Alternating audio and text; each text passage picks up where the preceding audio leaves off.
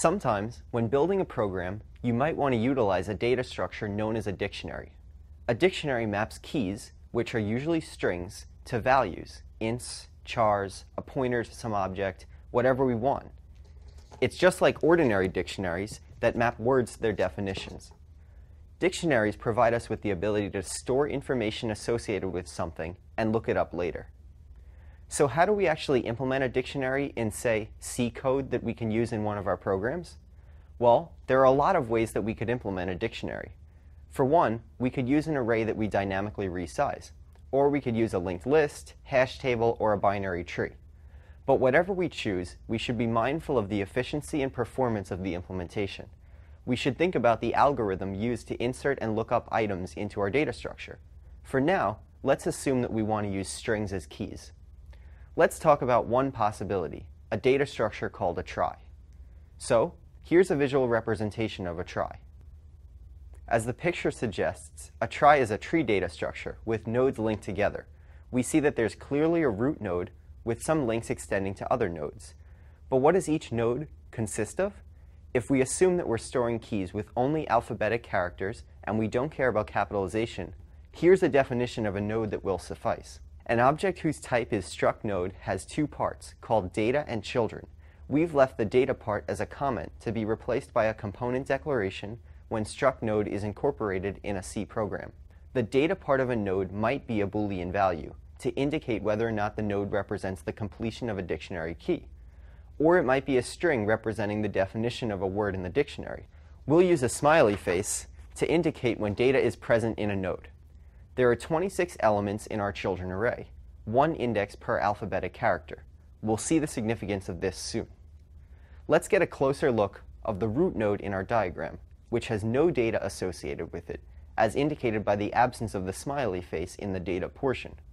The arrows extending from the parts of the children array represent non-null pointers to other nodes. For example, the arrow extending from the second element of children represents the letter B in a dictionary key, and in the larger diagram, we label it with a B.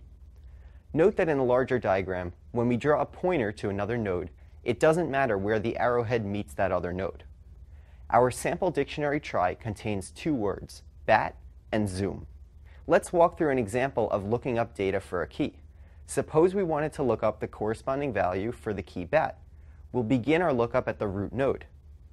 Then, we'll take the first letter of our key, B, and find the corresponding spot in our children array. Notice that there are exactly 26 spots in the array, one for each letter of the alphabet, and we'll have the spots represent the letters of the alphabet in order. We'll look at the second index then, index 1, for B.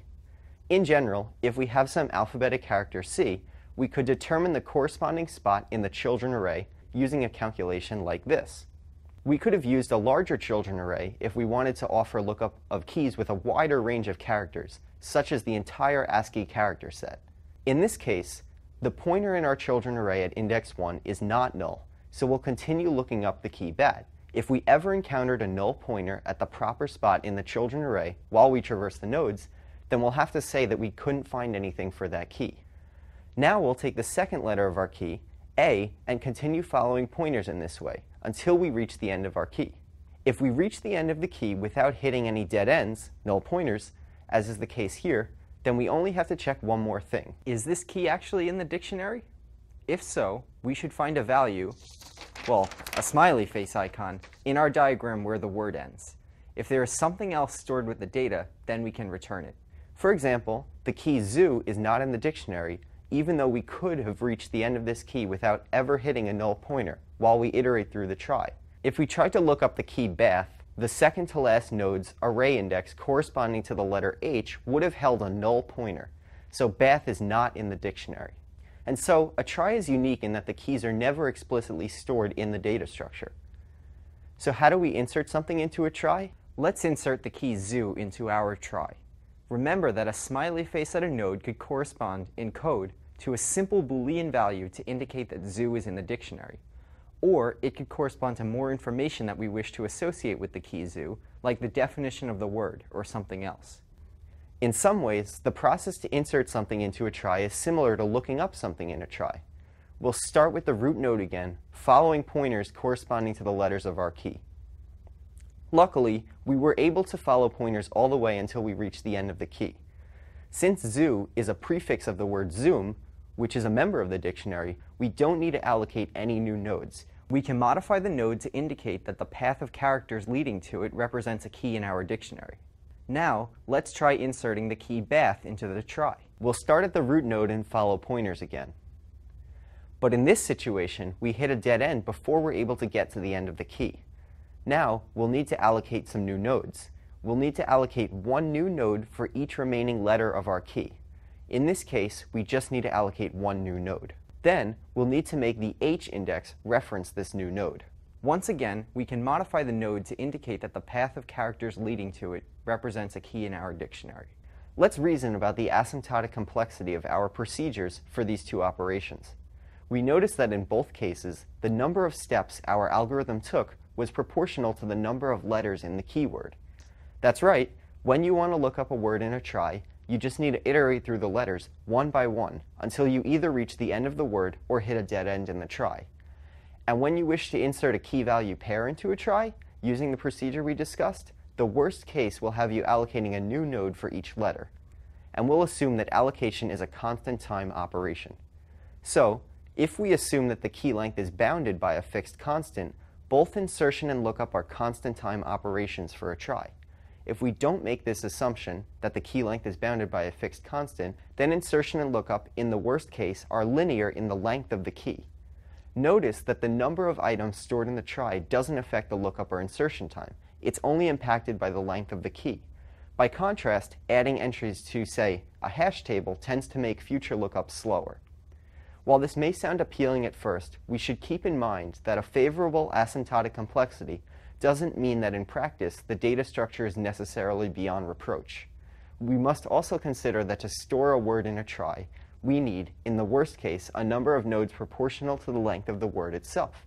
Tries tend to use a lot of space. That's in contrast to a hash table, where we only need one new node to store some key value pair.